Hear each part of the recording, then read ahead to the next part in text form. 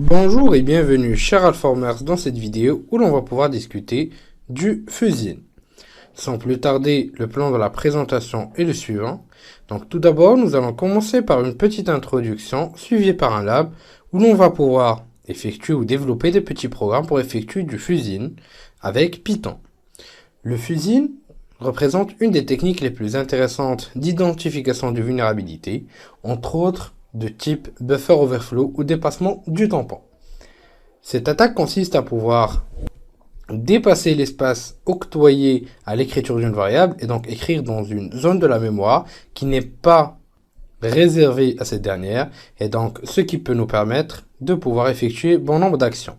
Ceci n'est pas spécifique à l'applicatif mais peut aussi être relatif au web comme on va pouvoir le voir au niveau du chapitre suivant.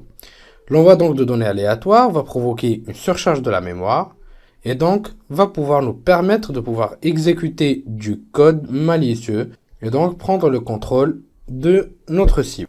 Sans plus tarder, allons découvrir tout ça ensemble et en vidéo.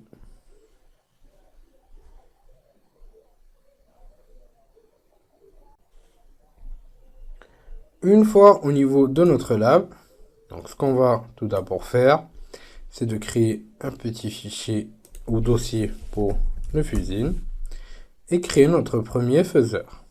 Il faut savoir que Python est un langage extrêmement intéressant pour donc toute personne voulant effectuer du Fusin, donc surtout pour tester aussi bien les différentes applications, pour faire du stress testing tout simplement, pour découvrir des bugs ou erreurs, ou tout simplement pour découvrir des vulnérabilités. Donc la fonction des sockets, par rapport aux différents services TCP qu'on va pouvoir tester, va pouvoir nous simplifier donc, ce processus, et donc simplifier la performance et donc la mise en place de three-way handshake. Donc cette séquence qui est extrêmement importante dans notre test, et donc nous connecter au port en écoute. Donc, le but de ce script, donc, ou n'importe quel type de script de type Fusin, est de pouvoir envoyer des données par rapport à n'importe quelle fonction en input et donc évaluer le résultat. À partir de là, on va donc pouvoir définir s'il existe une vulnérabilité ou pas. Dans notre test, et donc dans le script qu'on va pouvoir découvrir tout de suite ensemble, on va pouvoir donc tester la sécurité d'un serveur FTP. Donc tout d'abord, nous allons effectuer les imports qui nous intéressent, entre autres les sockets et la librairie 6, et on va vérifier ce qu'on a pu récupérer comme argument. 6.argv, donc normalement on aura besoin de 6, donc si argv est différent de 6, on va afficher donc l'utilisation de notre script. Donc on va nommer faiseur, ou tout d'abord utilisation. On va spécifier que notre faiseur va s'exécuter de la manière suivante, avec comme paramètre, donc je vais copier ça pour ne plus le retaper. Donc tout d'abord l'adresse IP cible, suivi par le port, suivi par le payload, donc le message à envoyer, ou le contenu à envoyer, l'intervalle,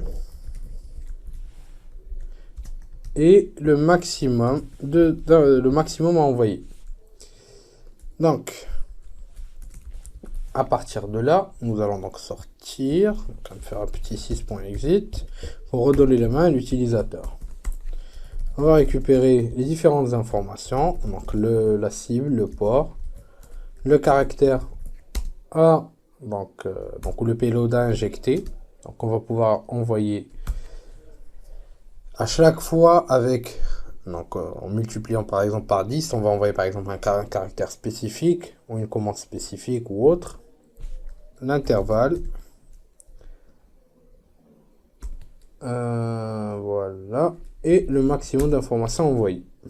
Donc, le target, c'est notre adresse IP. Donc, on va faire un str pour convertir avec donc, le premier argument. Ensuite, au niveau du port, on va convertir en entier 6.argv2.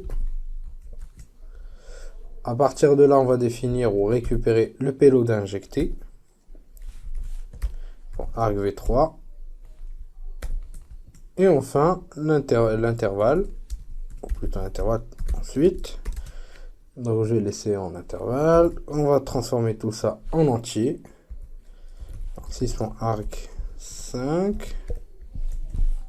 arg4, pardon. Et le cinquième, qui est le maximum à injecter.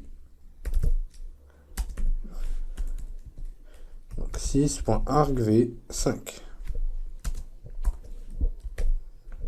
Voilà.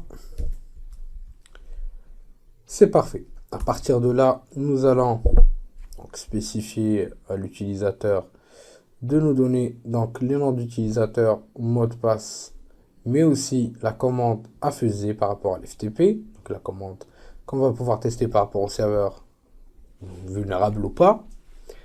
Donc le username, donc raw input pour récupérer les informations, donc entrée, le nom d'utilisateur, le login tout simplement. Ensuite, le password. Donc, on va lui demander de entrer le password.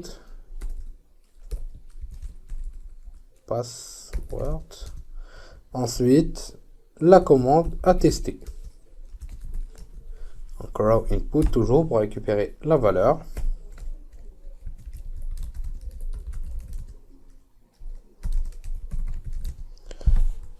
À partir de là, nous allons donc effectuer une petite boucle while, donc, et effectuer un petit test sur notre variable max, et effectuer un petit try. Donc, on va donc au niveau de notre payload, et à chaque fois, envoyer une commande, donc la commande que l'utilisateur voudra faire, avec le caractère qu'on va utiliser. Alors, par exemple, ça peut être juste un simple A. Donc voilà, fois I. Et à chaque fois, on va incrémenter avec l'intervalle. Donc là, multiplié par I. Donc il est où le problème? Donc on verra par la suite. Oui, c'est normal. Donc elle n'a pas encore, on devra l'initialiser par la suite. Donc I, on va l'initialiser avec l'intervalle aussi. Donc là, je vais me mettre ici pour l'initialiser avec l'intervalle. Voilà, donc là, tout est OK. Donc ensuite, on va continuer. Donc on va mettre un petit message. Envoie donc en str de I plus instance du payload en spécifiant donc le payload qui est en train d'être envoyé chez la victime ou à destination de la victime.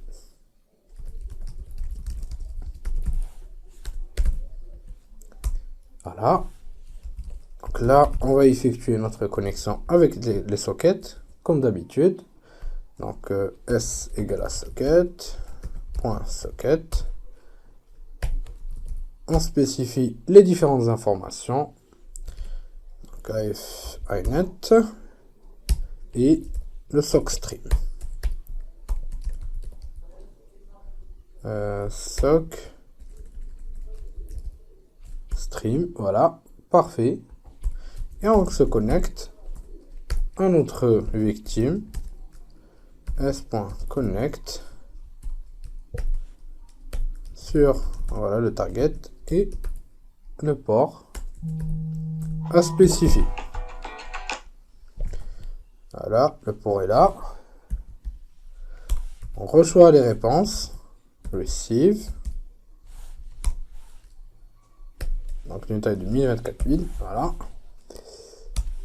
On affiche ce qu'on est en train d'envoyer, donc on envoie déjà aussi, on envoie les informations, donc tout d'abord le username, donc user, plus, voilà, donc user, donc la valeur qu'on a récupérée de chez le client, voilà, R et anti/n. Ensuite, on reçoit la réponse, on voit la réponse, donc si au cas où, par exemple, on reçoit un mot de passe qui est erroné, ou simplement la connexion ne marche pas, on réenvoie le password,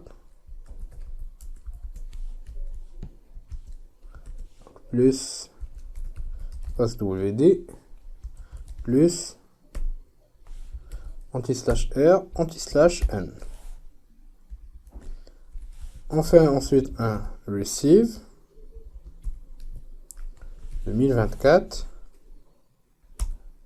Donc on reçoit la réponse du serveur cible et à partir de là, on envoie notre payload. Voilà, payload plus un petit anti/n, r ensuite n.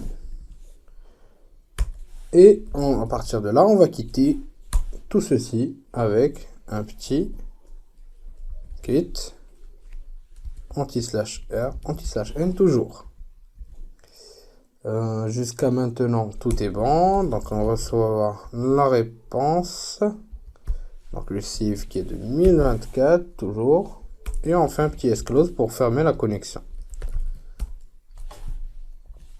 Et enfin, on incrémente par l'intervalle à utiliser.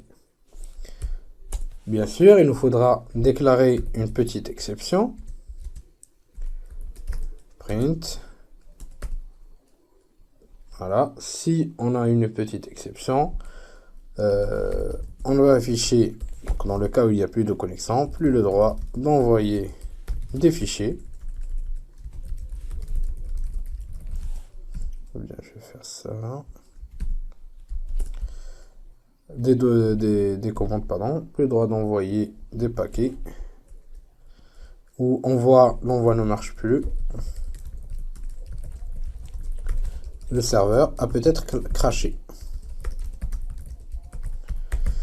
Donc, dans cette première partie-là, en fait, ce qu'on fait, c'est à chaque fois et par intervalle, on va envoyer, donc, par rapport à une commande spécifique, par exemple, dans ce cas-là, on est au niveau de l'FTP, on va envoyer donc un certain nombre de caractères qui vont être incrémentés par intervalle. Par exemple, si on a un maximum de 1000 et un intervalle de 100, donc à chaque fois, on envoie tout d'abord 1000A, ensuite donc de 2000B, 100A, ensuite 200A, ensuite 300A, jusqu'à arriver à 1000 et ainsi de suite. Donc, on va voir tout ça ensemble par la suite. Et on va faire un petit print dans le cas où tout est OK. Voilà, aucune information. La cible est toujours accessible. Voilà, et on va exécuter le script avec les différentes informations qui nous intéressent. Voilà, donc là, oups, c'est pas le synclouding, mais le fuzzer. Donc, on va vers un edit de la config et spécifier les informations qui nous intéressent, qui sont donc l'adresse IP,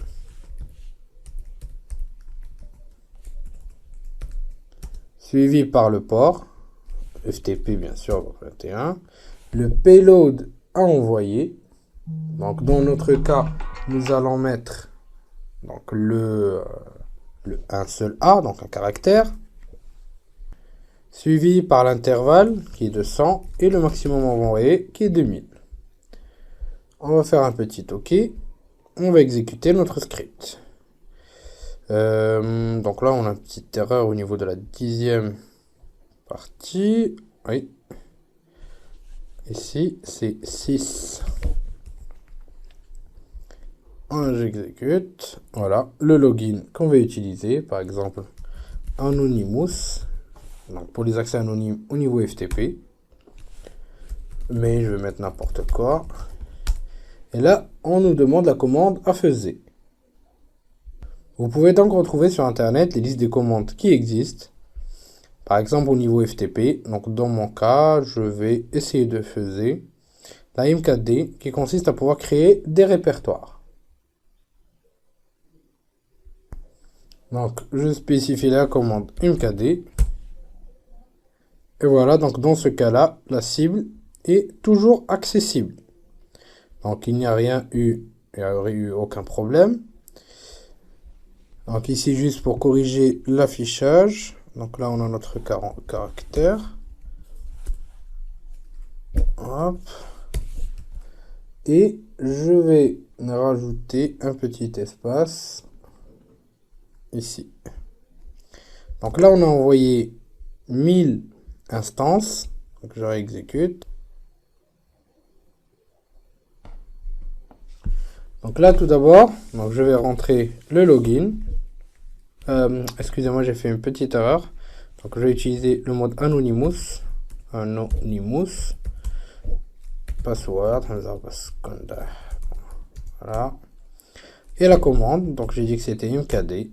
Et là en fait on envoie à chaque fois avec l'intervalle. Donc 300, 400, donc il y a des intervalles 200. Donc du payload à destination de la victime. Je vais par exemple changer les paramètres pour donner un plus grand nombre de commandes à envoyer. Donc 100 000 par exemple. Et là on envoie ça avec le login Anonymous. Le password test@test.com. La commande faisait MKD. Et là il va envoyer tout ça jusqu'à un moment spécifique où vous aurez le message suivant, donc où le serveur pourra peut-être crasher suite à l'envoi d'un grand nombre de paquets, contrairement à ce qu'on voit en haut, donc avec la cible qui est toujours accessible. Donc à partir de l'envoi d'une grande partie de tout ça, donc de notre payload, le serveur va pouvoir crasher et donc on aura un buffer overflow qui sera détecté. Donc on va pouvoir découvrir tout ça ensemble par la suite avec l'exploitation des vulnérabilités applicatives. On a donc pu découvrir un exemple vivant de Fusin qu'on va pouvoir détailler par la suite. Je vous dis, chers Alformers, merci de votre confiance et à la prochaine vidéo sur Alform. À savoir qu'au niveau de la partie 2, nous allons pouvoir détailler tout ceci.